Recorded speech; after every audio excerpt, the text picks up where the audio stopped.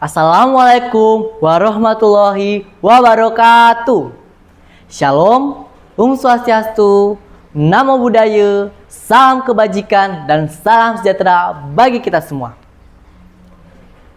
Saya berasal dari sekolah SMP swasta Eka Dura Lestari.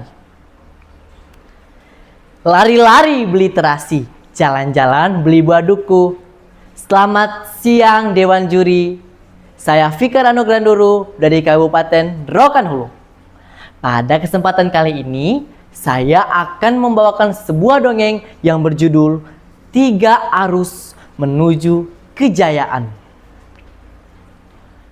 Tahukah kawan-kawan, di tanah Rokan Hulu yang dijuluki sebagai negeri seribu suluk, mengalir dua sungai besar bagaikan urat nadi kehidupan.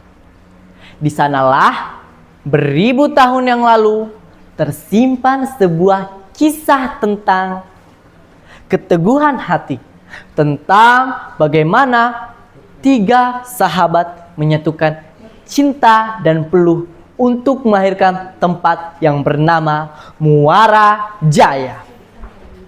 Alkisah di sebuah perkampungan yang mulai menua. Hiduplah tiga sahabat karib yang tak pernah terpisahkan. Mereka adalah Bujang, seorang pemuda yang berteguh tegap dan kekuatannya sanggup membelah kayu jati. Siti, seorang gadis cerdas yang jemarinya pandai menenun dan pikirannya setajam sembilu. Apakah teman-teman tahu apa itu setajam sembilu? Ya, setajam sembilu adalah setajam kulit bambu. Serta Awan, seorang pemuda yang pendiam namun memiliki hati yang lembut. Suatu sore, langit menutup diri. Matahari bersinar terlalu terik, membakar ladang-ladang padi.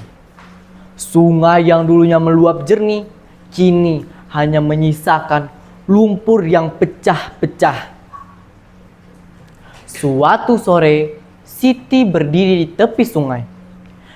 Ia menatap jauh ke arah hulu.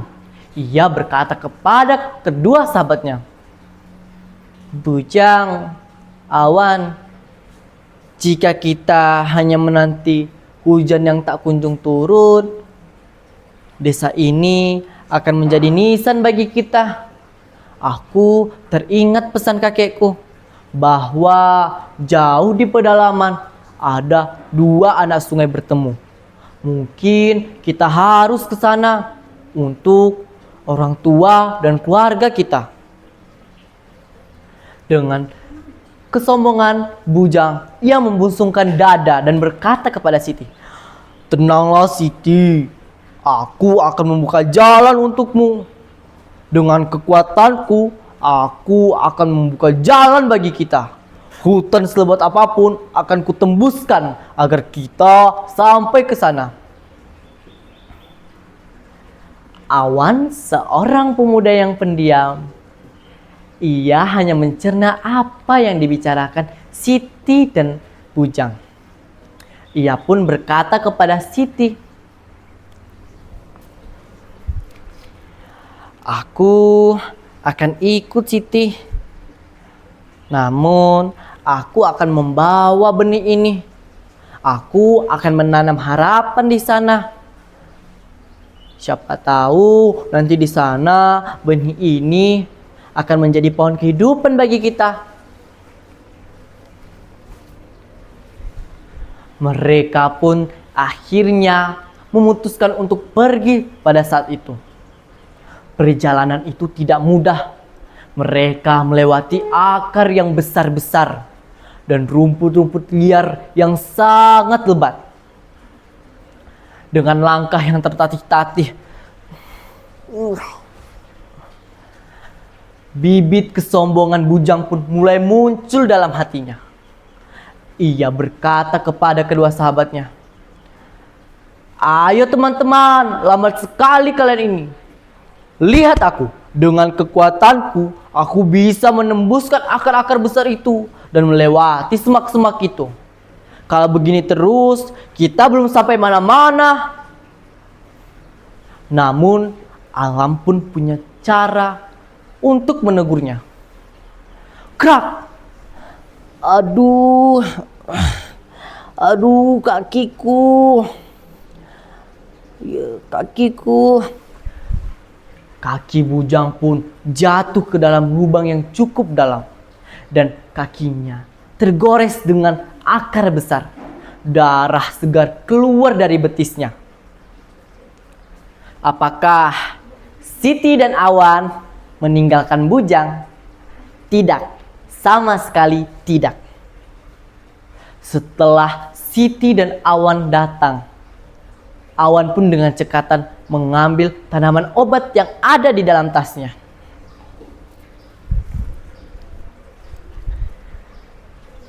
Tenanglah bujang, kita kan berangkatnya bertiga, sampainya pun harus bertiga. Kekuatanmu memang besar, namun kekuatan tanpa kebersamaan tidak ada gunanya.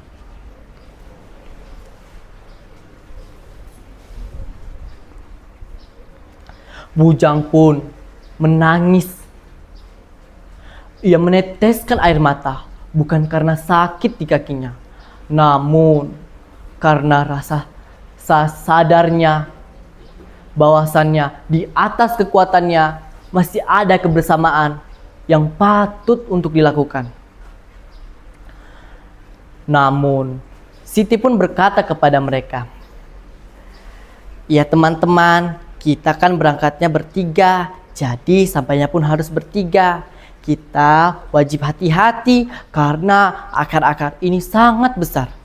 Bagaimanapun juga kita harus melalui ini." Bujang pun berkata, "Baik teman-teman, aku akan mengikuti kalian saja. Maafkan aku. Karena kalian jadi repot. Aku takut nanti kalian mencemeh aku, kalian mengejek aku karena aku paling belakang." "Tidak bujang, kita kan sahabat, kita kan saudara, jadi tidak boleh saling ngejek-mengejek." Pada saat itu mereka pun mulai bahu-membahu. Bujang membiarkan Siti memandu arah, sedangkan Awan ia menyemangatkan mereka langkah demi langkah. Setelah 7 hari 7 malam mereka berkelana. Tak disangka mereka menemukan muara tersebut. Itu muaranya. Mana muaranya? Itu. Muara tersebut pun sangat indah. Cahaya yang memantulkan dari air bagaikan kepingan emas. Namun pada saat itu muara tersebut masih dipenuhi dengan semak belukar dan pohon-pohon yang tumbang. Dan waktu itu mereka pun mempraktikkan yang namanya gotong royong. Bujang dengan kekuatannya ia membangun tiang-tiang rumah. Kayu ini berat sekali. Namun aku harus kuat karena aku yang paling kuat di antara teman-temanku.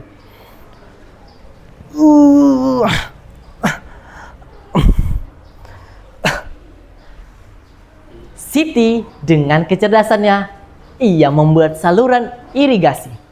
Ini arahnya ke sini, lalu ini ke sana, agar Awan gampang membuat tanamannya.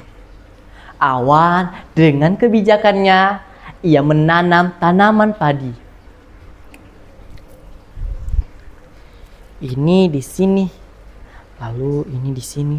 Semoga tanaman ini akan tumbuh dengan segar agar kami bisa menikmatinya. Saat itu warga pun mulai menyusul mereka dari desa ke muara tersebut. Siti pun berseru kepada warganya, "Wahai wargaku, di sini jangan ada yang merasa paling hebat dan jangan ada yang merasa paling berkuasa. Kita harus membangun desa ini dengan cinta." Akhirnya mereka pun membangun desa tersebut. Desa tersebut pun berkembang sangat pesat. Tanaman-tanaman yang mereka tanam membuahkan hasil yang sangat banyak. Panen yang melimpah. Ikan yang ada di dalam muara sangat banyak. Dengan ungkapan rasa syukur, mereka pun membangun sebuah tradisi yang bernama makan sehidang. Makan yang melingkari dan di tengahnya ada napan, tanpa memandang kaya ataupun miskin. Mungkin hanya itu saja dongeng dari saya. Saya akhiri. Assalamualaikum warahmatullahi wabarakatuh.